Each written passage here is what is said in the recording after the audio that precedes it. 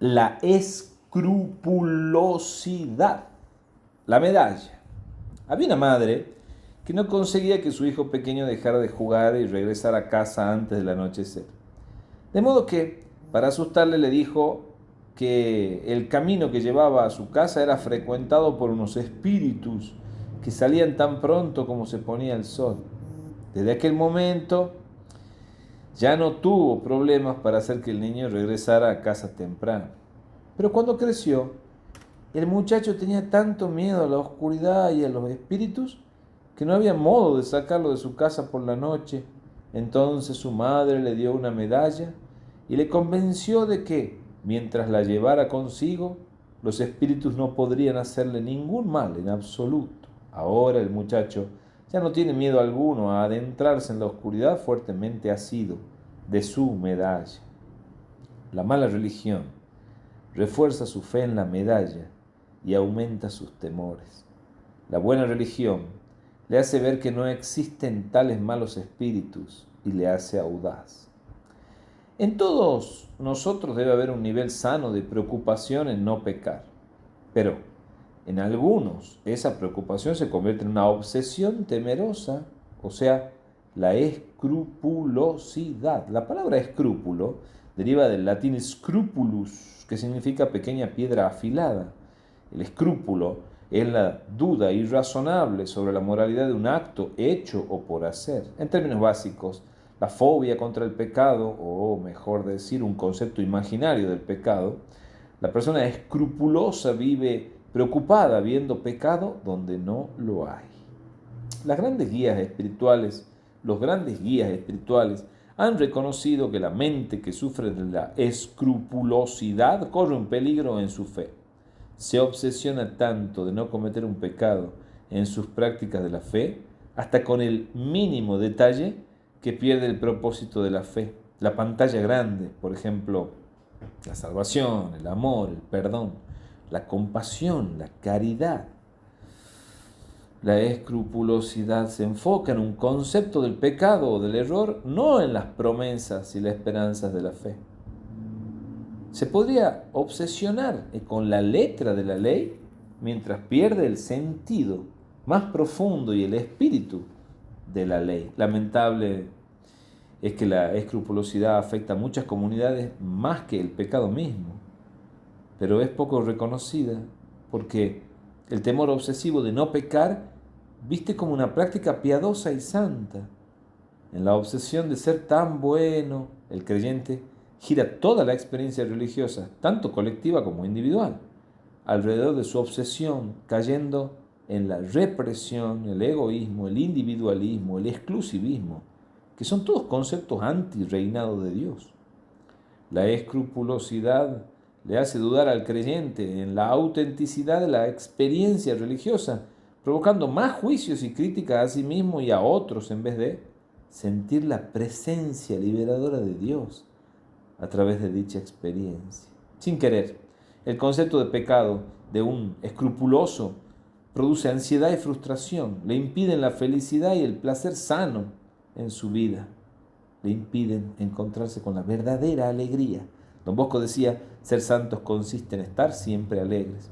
En consecuencia, afecta sus relaciones con otros. Entonces, ¿cómo sabemos si sufrimos algo de esta escrupulosidad, de estas exageraciones, de este alejamiento de los principios esenciales del reinado de Dios? Hay dos indicadores básicos.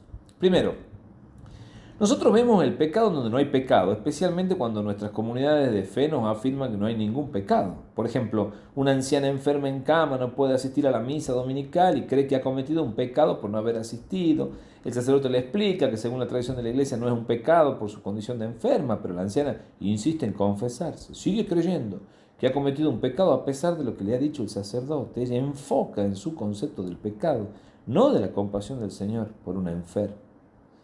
En segundo lugar, nos exigimos mucho a nosotros mismos y podemos medir a otras personas según nuestras propias normas y así mostrarnos demasiado críticos con quienes no presentan el mismo nivel de conducta ejemplar, acabando por preocupar tensión en nuestras relaciones sociales, laborales y afectivas. Por ejemplo, un sacerdote quiere celebrar, además de la misa dominical, una misa diaria con el pueblo. En una reunión con los coordinadores, El sacerdote propone que la misa diaria sea al amanecer del día, por un concepto piadoso suyo. Los coordinadores le dicen que nadie irá a esa hora y si su propósito es atraer más gente a la misa, celebrar a la tarde va a ser mejor. El sacerdote insiste en su idea y dice, si no vienen es porque ustedes no tienen fe. Los coordinadores se sienten no tomados en cuenta por el sacerdote. El sacerdote celebra la misa en la mañana y nadie va. Se siente desilusionado y sus feligreses, según su criterio, se siente desilusionado de sus feligreses por su criterio piadoso. El gato del gurú. Cuando cada tarde se sentaba el gurú para las prácticas del culto, siempre andaba por allí un gato del ashram, una especie de monasterio, el ashram, distrayendo a los fieles, de manera que ordenó al gurú que ataran al gato durante el culto de la tarde. Mucho después de haber muerto el gurú, seguían atando al gato durante el referido culto, y cuando el gato murió, llevaron otro gato al ashram para poder atarlo durante el culto vespertino. Siglos más tarde, los discípulos del gurú escribieron doctos tratados acerca del importante papel que desempeña el gato en la realización de un culto como es debido. Lee Mateo 22 del 34 al 40 y Marcos 2 del 23 al 28. La escrupulosidad alimenta la mentalidad farisaica.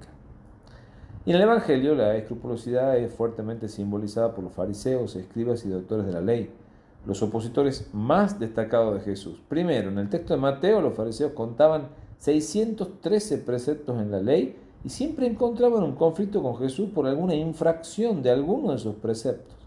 Estos preceptos habían tenido sentido en sus contextos originales, pero se convirtieron en el gato del cuento. Jesús les recordó el fundamento de esos preceptos de la ley, el amor a Dios y al prójimo. Si uno cumple el fundamento, no hay necesidad de preocuparse tan detalladamente en los preceptos.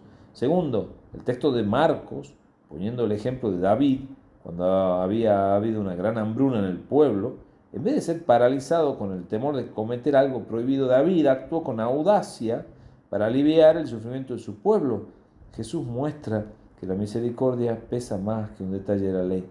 Lo que pide Jesús a los fariseos es más audaz en vivir su fe, compasión, misericordia y empatía. El temor solo impide a esos valores y nos aleja del reino de Dios. ¿Cuáles son las medallas y los gatos, símbolos de escrupulosidad en tu comunidad? ¿Qué sentido tienen? ¿Qué temores venís teniendo en la enseñanza de la fe? ¿Qué temores te vienen también de la enseñanza de la fe? ¿De qué forma te enseñaron la fe? ¿Qué catequesis recibiste? ¿Cómo podés vivir tu fe con más audacia y con más alegre y sana libertad?